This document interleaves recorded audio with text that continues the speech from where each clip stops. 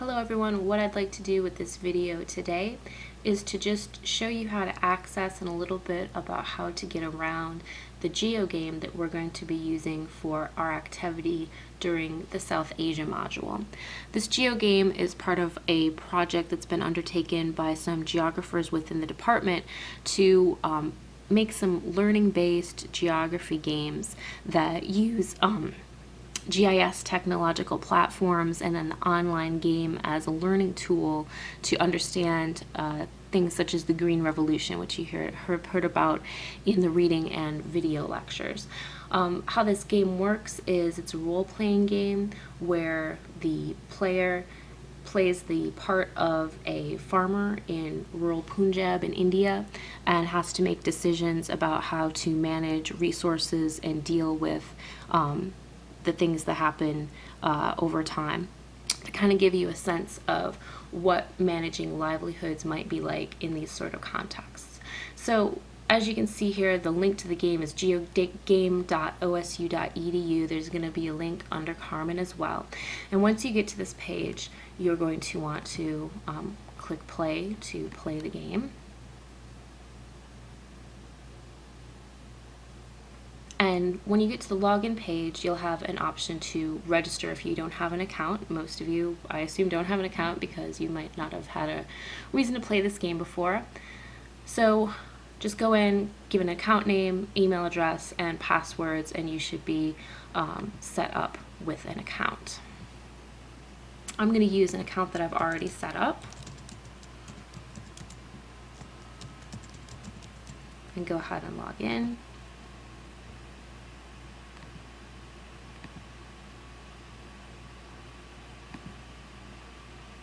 And when you get to this page, you're not going to have all these options because these are here because I had played the game before. What you're going to do is go to create a new game. And your location is going to be India. There's going to be one player because it'll be just you. And what I'd suggest is going through maybe a practice run of the game first, and then going through and playing in the context where you'll upload your screenshot at the end of the game. So let's say, just for an example's sake, we'll go ahead and do 10 turns, and what we can do is a fixed duration or a manual turn change or both. And so really, you know, with the fixed duration would be best when you're playing your final game, but the manual turn change would be good for your practice. When you do your fixed duration, you'll be able to set the amount of minutes for your turn. So you might say 10 turns at 3 minutes, which means you'll play the game for half an hour. So at that point, you'll go ahead and click join this game. So once it's created, you'll be entered into the game. Okay, we still have to put that there.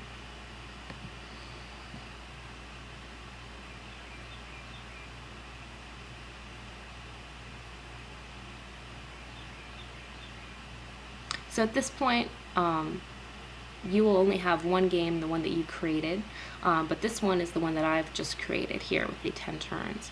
So we'll go ahead and hit play to enter that game. Once you're in it, you'll pick the family that you want to play as, and so you have some different options in terms of the number of family members, their ages, the amount of land that you're starting with, etc. And you want to think about what would be important if you were farming in this context. Not only would land be important, but the labor of adults would be very important to the overall ability of your family to produce a livelihood. So I'm going to go ahead and click this middle one here and select that to continue. Now there's an instruction sheet up on Carmen that lists a lot of the different options that you can go through for the game itself, and please take a look at that. What I'm going to do is just kind of poke around a little bit to show you the way to access some of these things.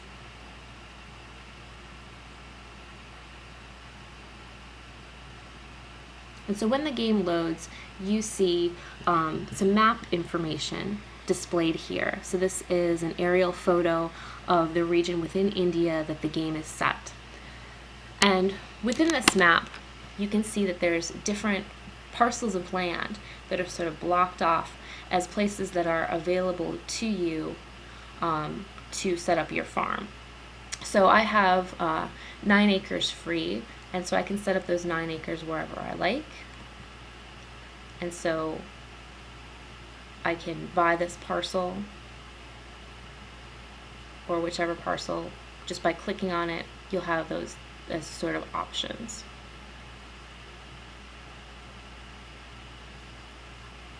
So you can go ahead and buy your land until you have the amount bought up that is your free land that your family begins with.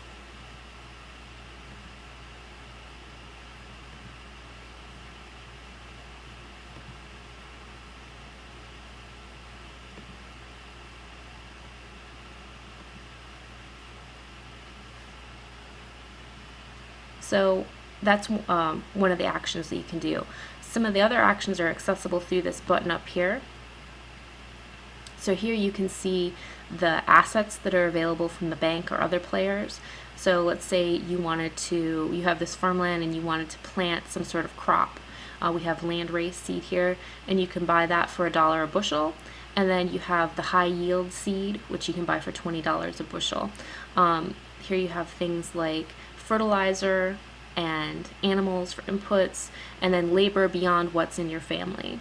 So if you wanted to go ahead from this list of market items,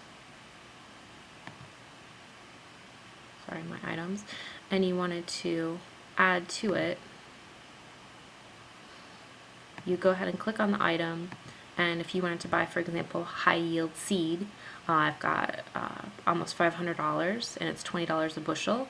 So if I buy 5 bushels, that'll cost me about $100. So I've bought some seed, and we can buy some fertilizer as well. So you want to go back to the market. And so it's $1 a pound. Let's buy, say, 100 pounds. So we've got fertilizer and we've got seed. We can also get things like,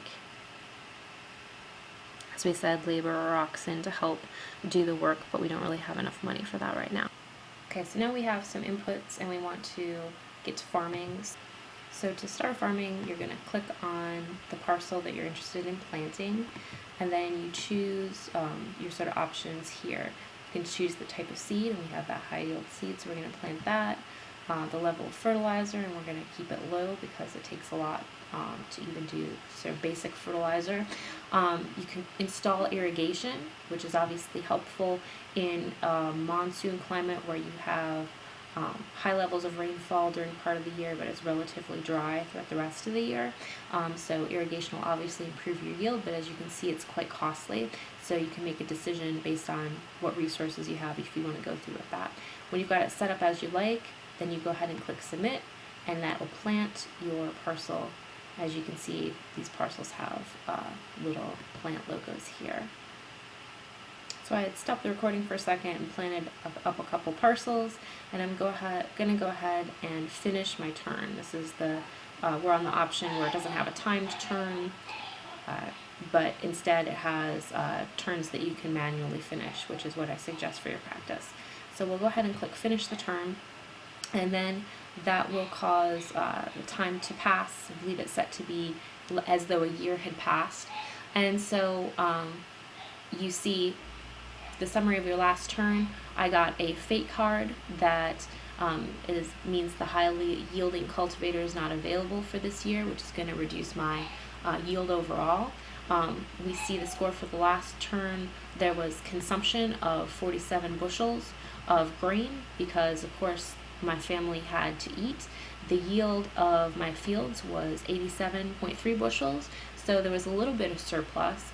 My total income was 0 because we ate most of the food that had been produced, and then the total cost was $253. So we come out with no additional money for this next turn. So now, it's the next turn. We can go ahead and make more decisions about how we want to spend our money and hopefully build those resources to create a livelihood for the family. So as you can see, this is kind of how you navigate the game. Whatever decisions you make are fine, just try to be thoughtful about it. It is set up to have some rough things happen sometime, so your grade isn't going to be based on your overall score for the game itself, because some of that is just based on chance and the luck of the draw that you get, but your game will be based on having played through it thoughtfully and answering the associated questions within the quiz itself. So there'll be more specific instructions for this up on Carmen, but this is just a sort of way to help you navigate around it. The only other thing is looking at the ability to kind of zoom in and out of the map parcel itself, which you see here within the plus minus sign here on the top. You can kind of navigate around, as this is an actual place on the ground in India. If you have any other questions or concerns about this, feel free to contact me.